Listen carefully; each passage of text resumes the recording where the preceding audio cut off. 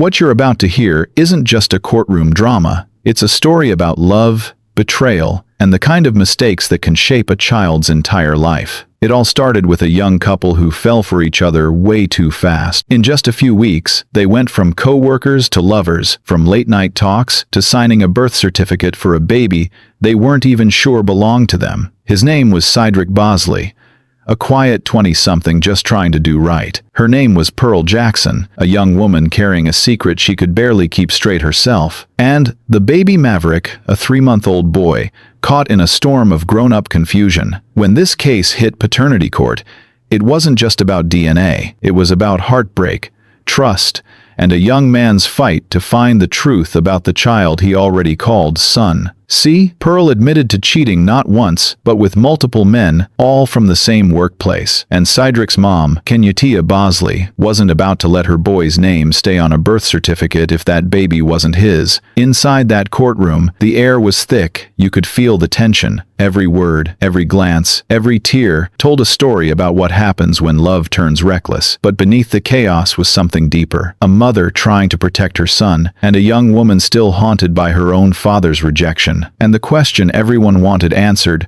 was little Maverick truly Cydric's child, or just another mistake in a chain of heartbreak? Before we dive in, hit that subscribe button, because stories like this deserve to be seen. Comment below where you're watching from. This one deserves to reach every corner of the world. And hey, like this video if you still believe in justice. Alright, let's roll it back to where it all began. When Cydric first met Pearl, it wasn't some wild love story. It was just two people working side by side, trading jokes, passing glances. You know how it goes. Lunch breaks turn into long talks, and before you know it, you're catching feelings you didn't plan on. According to Pearl, he came on sweet, the kind of guy who said things like, "Do you believe in love at first sight?" And for a young woman who'd never had much stability, those words hit different. She wanted to believe it was real, that maybe this time, someone actually meant what they said. But within days, it all moved too fast. They started sleeping together, talking about kids, planning a future that neither of them really understood, and deep down, Pearl knew it was too much, too soon. She even said she needed a break, but by then,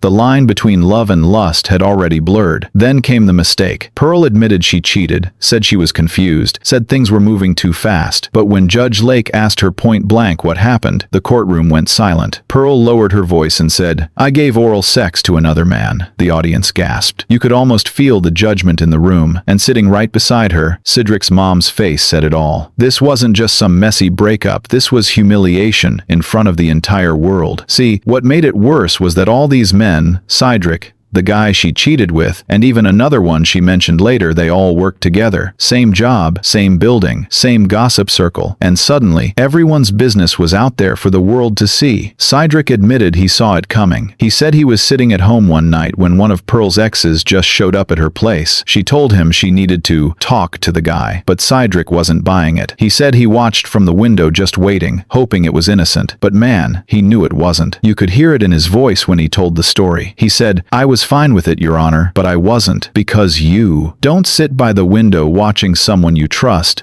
unless part of you already knows you've been lied to." And here's where things get complicated.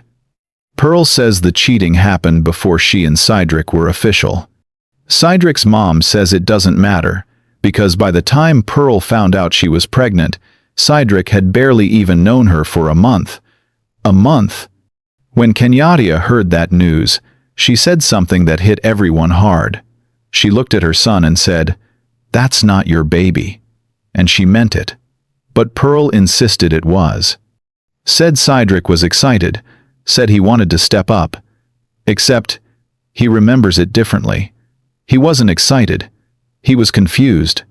Because not only had Pearl admitted to cheating, she admitted to cheating with 2 different co-workers and performing sexual acts with a third. 3 men. Same job, same timeline, and now there's a baby. Even Judge Lake had to pause. You could tell she was trying to hold back frustration. She said, "How many people are you going to sleep with at the same job? When are you working?" The whole courtroom cracked up, but behind that laugh was something serious. Accountability. Because this wasn't about gossip anymore. This was about a child. A real, innocent baby named Maverick, and 3 adults who could barely keep their own stories straight. And just when it felt like things couldn't get any more tangled, a 4th man entered the picture, and his story changed everything. So now we're in the thick of it. 3 possible fathers, 1 3-month-old baby, and a courtroom full of people trying to untangle who slept with who and when. Then, just when you thought the story had hit its limit, a new name came up. Mr. Green. Yeah, another man. See, one night, Cydric's mom, Kenyasha, was scrolling through Pearl's phone. She said something in her gut just didn't feel right. She opened Snapchat, and there it was. A picture of a guy who looked exactly like baby Maverick. Her heart dropped. She showed it to her son and said, "That's not your baby." She didn't need a DNA test.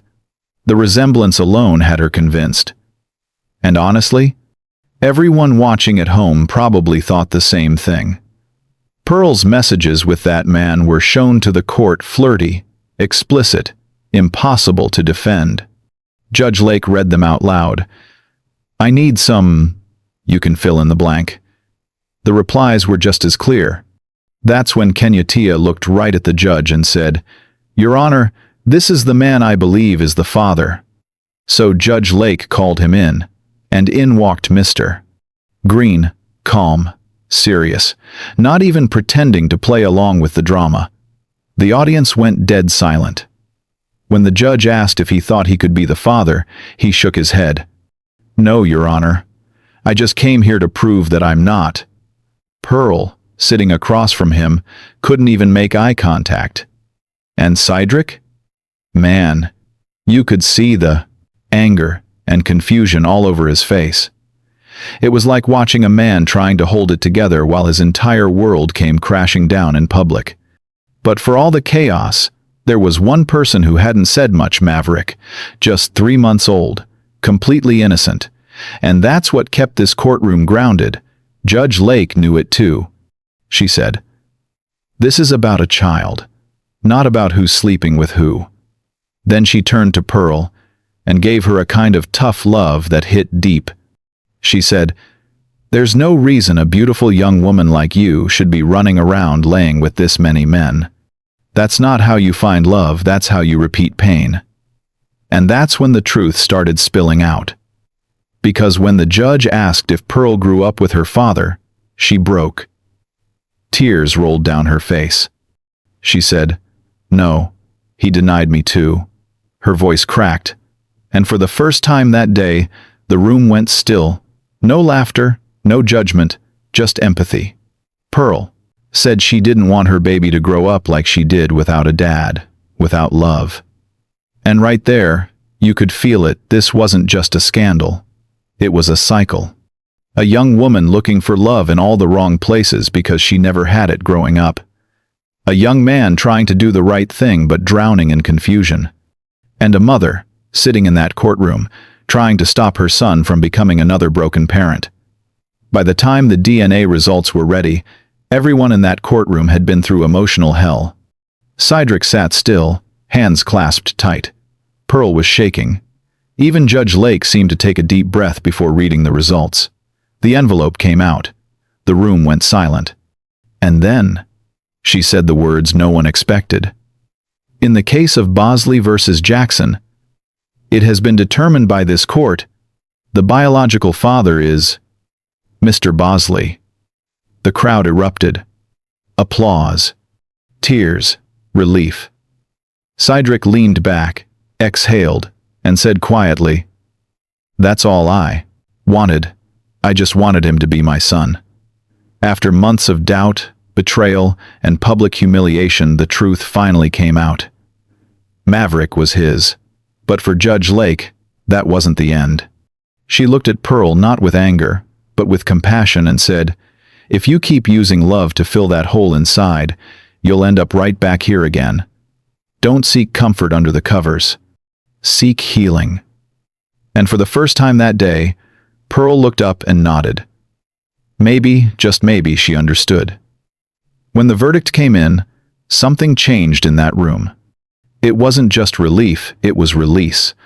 All that tension, all that noise, all those ugly words and accusations, gone. Because finally, everyone knew the truth. Cydric was the father. Maverick had a dad.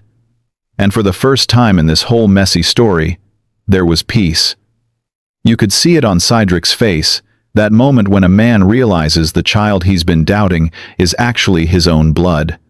He said, "It's off my chest. That's all I came here for."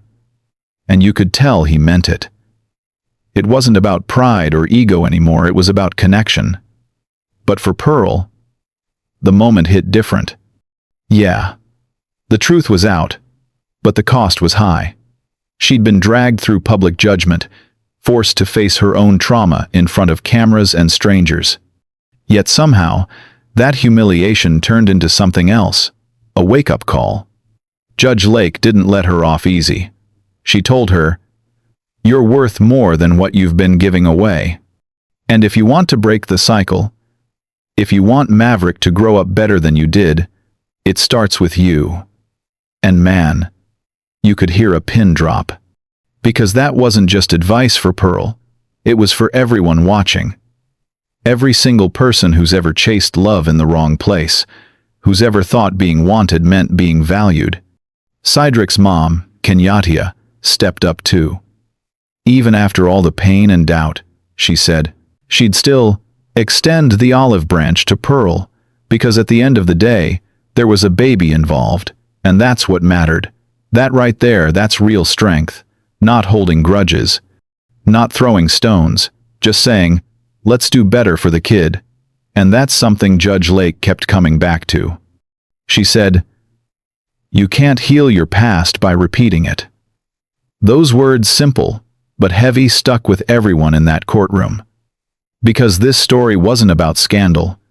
It was about accountability. It was about a young man learning what fatherhood really means. A young woman confronting the pain that shaped her choices, and a mother who refused to let history repeat itself. Now, whether you side with Pearl or Cydric, one thing's for sure that day: 3 people walked out of that courtroom different than they walked in. Cydric walked out a father. Pearl walked out with a second chance to start over. And Maverick, well, he walked out with a family that finally knew the truth. Let me ask you something. If you were in Cydric's shoes, would you have signed that birth certificate, even with doubts? And if you were Pearl, could you face the world and admit the truth the way she did? Drop your thoughts in the comments. I really want to know what you think. If this story hit you hard, smash that like button, share it with a friend, and subscribe for more stories that'll make you believe in humanity again. Because sometimes, justice doesn't just follow the law, it follows the heart.